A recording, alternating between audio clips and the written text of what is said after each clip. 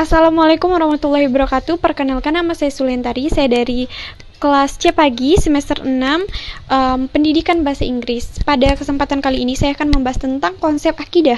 Jadi ada apa aja sih yang akan dibahas di dalam konsep akidah ini? Yang pertama itu ada fungsi akidah, yang kedua ada akidah Islam, yang ketiga ada tujuan akidah Islam, yang keempat ada kedudukan akidah, yang kelima ada ruang lingkup akidah, yang keenam sebab-sebab penyimpangan akidah, yang ketujuh sumber dan metode pengajaran akidah, yang kedelapan ada hubungan akidah, syariah, dan akhlak, dan yang terakhir adalah fase-fase akidah. Jadi, terdapat beberapa definisi mengenai akidah. Yang pertama itu menurut Hasan al-Banna, dan yang kedua itu menurut Abu Bakar Jabir al-Jazairi. Menurut Hasan al-Banna, akidah adalah beberapa perkara yang wajib diyakini keberadaannya oleh hati, mendatangkan ketentraman jiwa, menjadikan keyakinan yang tidak tercampur sedikit pun dengan keraguan-keraguan, seperti itu. Yang kedua ada menurut Abu Bakar Jabir al-Jazairi. Jadi akidah ini adalah sejumlah kebenaran yang dapat diterima secara umum oleh manusia berdasarkan akal, wahyu, dan fitrah. Itu dipatriarkikan oleh manusia di dalam hati serta diyakini kebenarannya secara pasti dan ditolak segala sesuatu yang bertentangan dengan kebenaran itu. Nah, untuk lebih memahami kedua definisi tadi dari Abu Bakar al-Jazairi dan Hasan al-Banna, perlu beberapa catatan tambahan. Yang pertama, ilmu terbagi menjadi dua. Pertama, ilmu dehuri dan ilmu nazari. Yang kedua, setiap manusia memiliki fitrah mengakui kebenaran, indera untuk mencari kebenaran, selanjutnya akal untuk menguji kebenaran, dan memerlukan waktu untuk menjadi pedoman menentukan mana yang benar dan mana yang salah. Yang ketiga, keyakinan tidak boleh tercampur sedikit pun dengan keraguan. Yang keempat, akidah harus mendatangkan ketentraman jiwa. Yang kelima, bila seseorang sudah meyakini suatu kebenaran, dia harus menolak segala yang bertentangan dengan kebenaran itu. Yang terakhir, tingkat keyakinan akidah seseorang tergantung pada tingkat pemahamannya terhadap dalil. Selanjutnya kita akan membahas tentang fungsi-fungsi akidah. Yang pertama, melaksanakan dan menegakkan kewajiban yang sama-sama disepakati, yaitu mengenal Allah Subhanahu wa Ta'ala yang Maha Tinggi. Selanjutnya, segala sifat-sifat yang wajib baginya, serta mensucikan diri dari sifat-sifat yang mustahil bagi zatnya. Yang kedua, ada membenarkan para rasulnya dengan keyakinan yang dapat menenteramkan jiwa dengan jalan berpegang teguh kepada dalil, bukan semerta-merta hanya menyerahkan diri pada taklid buta. Ini sesuai dengan yang diajarkan oleh Al-Quran, menganjurkan untuk melakukan penyelidikan dengan mempergunakan akal terhadap benda-benda alam yang ada di sekitar kita. Selanjutnya, yang ketiga, menghilangkan taklid terhadap suatu yang telah diceritakan oleh para leluhur tentang hikayat-hikayat bangsa purba, karena perbuatan-perbuatan seperti itu sangat dicela oleh Al-Quran. Taklid seperti ini dapat melunturkan keyakinan dan menghapus makna keagamaan. Yang keempat, untuk mengetahui bahwa kedudukan akal dalam agama Islam menempati kedudukan yang tinggi di samping Al-Quran dan Sunnah Rasul. Dan yang terakhir adalah untuk menumbuhkan keyakinan dalam landasan yang kuat dan tidak mudah dipengaruhi perubahan zaman. Seperti itu. Pembahasan selanjutnya mengenai dasar-dasar akidah Islam. Dasar dari akidah Islam ini adalah Al-Quran dan Al-Hadis. Di dalam Al-Quran terdapat banyak sekali ayat yang menjelaskan pokok akidah.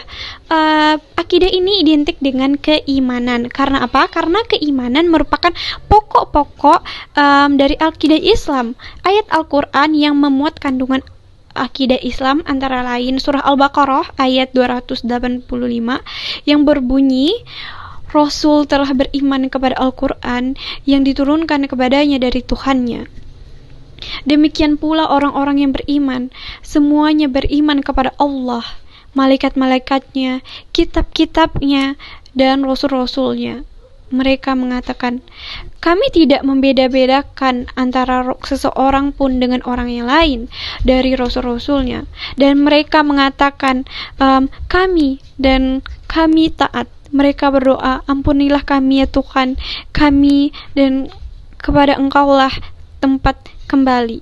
Pembahasan selanjutnya adalah mengenai tujuan akidah Islam. Apa aja sih tujuan akidah Islam ini bagi setiap Muslim? Yang pertama itu adalah memupuk dan mengembangkan dasar ketuhanan yang ada sejak lahir. Hal ini karena manusia sejak di alam roh sudah mempunyai fitrah ketuhanan seperti itu. Yang kedua, memelihara manusia dari kemusyrikan. Jadi untuk mencegah manusia dari kemusyrikan perlu adanya tuntunan yang jelas tentang kepercayaan terhadap Tuhan yang Maha Esa. Kemungkinan manusia untuk terperosok ke dalam kemusyrikan ini selalu terbuka, baik secara terang-terangan atau syirik jali, yakni perbuatan atau ucapan maupun bersifat tersembunyi, yaitu syirik khafi yang berada di dalam hati. Dengan mempelajari akidah Islam, diharapkan manusia akan terpelihara dari perbuatan syirik seperti itu. Nah, yang ketiga adalah menghindarkan diri dari pengaruh akal yang menyesatkan. Manusia diberi kelebihan oleh Allah Subhanahu wa taala berupa akal pikiran. Pendapat-pendapat atau paham-paham semata-mata didasarkan oleh akal manusia. Kadang-kadang menyesatkan manusia itu sendiri. Jadi oleh karena itu pikiran manusia perlu dibimbing oleh akidah Islam agar terhindar dari kehidupan yang sesat. Selanjutnya, pembahasan tentang kedudukan akidah. Apa aja sih kedudukan Islam? Yang pertama, akidah merupakan misi pertama yang dibawa oleh para rasul Allah Subhanahu wa taala.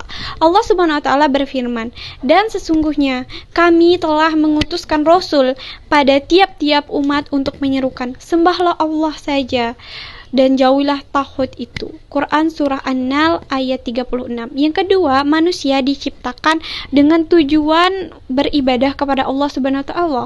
Allah Subhanahu wa taala berfirman, "Dan tidaklah aku menciptakan jin dan manusia kecuali untuk menyembahku."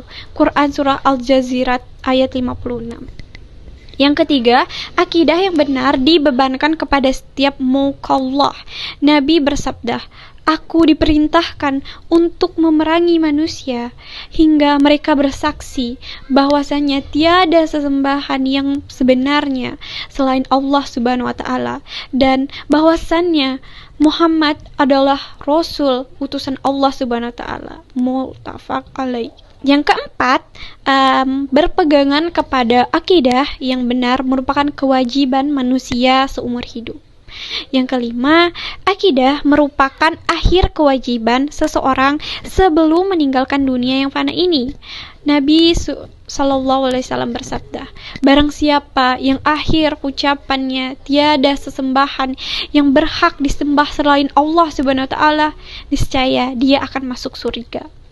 Yang keenam, akidah yang benar telah mampu menciptakan generasi terbaik dalam sejarah umat manusia. Yang pertama generasi sahabat dan dua generasi sesudah mereka. Yang ketujuh, kebutuhan manusia akan akidah yang benar melebihi segala kebutuhan lainnya karena ia merupakan sumber kehidupan, ketenangan dan kenikmatan hati seseorang, dan semakin sempurna pengenalan serta pengetahuan seseorang hamba terhadap Allah Subhanahu wa taala, semakin sempurna pula dalam mengagungkan Allah Subhanahu wa taala dan mengikuti syariatnya. Pembahasan kelima adalah ruang lingkup akidah. Apa aja sih ruang lingkup akidah ini? Yang pertama ada ilahiyat, yaitu yang memuat pembahasan yang berhubungan dengan Tuhan atau Allah dari segi sifat-sifatnya, nama-namanya, dan af'al Allah. Juga dipertalikan dengan itu semua yang wajib dipercaya oleh hamba terhadap Tuhan. Yang kedua, nubuat, yaitu yang membahas tentang segala sesuatu yang berhubungan dengan nabi dan rasul, mengenai sifat mereka, tugas mereka, dan kebutuhan akan keputusan mereka. Dihubungkan dengan itu sesuatu yang bertalian dengan para wali, mukjizat, terus juga karomah, dan kitab-kitab samawi. Yang ketiga itu ada rohaniyat. Apa itu rohaniyat? Yaitu pembahasan tentang segala sesuatu yang berhubungan dengan alam baka. Alam bukan materi metafisika seperti jin, malaikat, setan, dan iblis, dan roh. Yang keempat itu ada sam'iyat. Sam'iyat ini adalah akidah yang membahas segala sesuatu yang hanya bisa diketahui lewat syam'i, yaitu dalil naqli, Al-Quran dan Sunnah, seperti alam barzah, akhirat, neraka, surga, azab kubur, tanda-tanda kiamat, dan lain sebagainya. Itulah ruang lingkup akidah Islam atau sistematika dari akidah Islamiyah. Selain itu juga akidah Islam ini menyangkut keyakinan umat Islam atau iman. Mereka mengikuti sistem mereka rukun iman, yaitu iman kepada Allah, iman kepada malaikat, selanjutnya iman kepada kitab-kitab Allah, iman kepada Rasul Allah, dan iman kepada hari kiamat, dan iman kepada qadha dan qadar. Selain pembahasan-pembahasan di atas tadi, akidah juga bisa terjadi penyimpangan. Apa aja sih sebab-sebab penyimpangan akidah? Yang pertama ini tidak menguasai pemahaman akidah yang benar karena kurangnya pengertian dan perhatian. Akibatnya berpaling dan tidak jarang menyalahi bahkan menentang akidah yang benar. Yang kedua, fanatik terhadap peninggalan adat dan keturunan leluhur, karena itu dia menolak akidah yang benar. Seperti firman Allah Subhanahu wa taala tentang umat terdahulu yang keberatan menerima akidah dibawa oleh para nabi. Itu terdapat pada surah Al-Baqarah ayat 170. Yang ketiga ini ada taklid buta kepada perkataan tokoh-tokoh yang dihormati tanpa melalui seleksi yang tepat sesuai dengan pendapat Al-Quran dan Sunnah. Sehingga apabila tokoh panutannya sesat, maka ia ikut tersesat, seperti itu.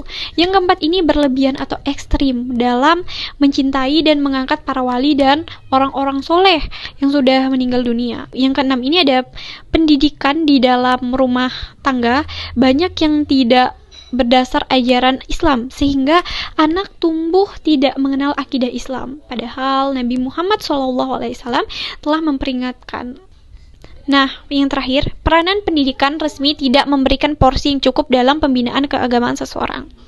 Pembahasan selanjutnya adalah tentang sumber akidah dan metode mengajarkan akidah. Sumber akidah ini adalah pertama, Al-Quran. Yang kedua ini As-Sunnah sebagai sumber kedua. Yang ketiga ada ijma' para ulama.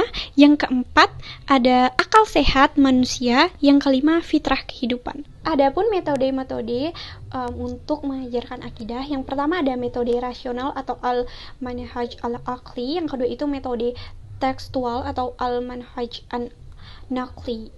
Yang pertama metode rasional, yaitu metode yang menganggap rasio sebagai alat yang dominan, sehingga teks-teks wahyu harus diterima secara rasional, dan keyakinan orang terhadap kebenaran materi akidah harus didasarkan pengetahuan rasional. Yang kedua ini ada metode tekstual, yaitu metode berpikir yang berpegang teguh kepada teks-teks wahyu yang secara harfiah tanpa memberikan peranan kepada akal dan hasil pemikiran untuk menjamah masalah-masalah akidah, kecuali untuk sekedar sistematisasi pokok-pokok akidah tersebut.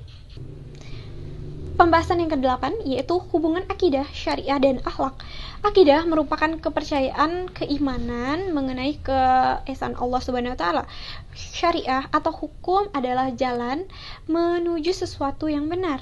Nah, selanjutnya akhlak adalah budi pekerti, sopan santun, dan perilaku. Jadi akidah, syariah, dan akhlak ini, ketiganya ini merupakan 3 pokok ajaran Islam.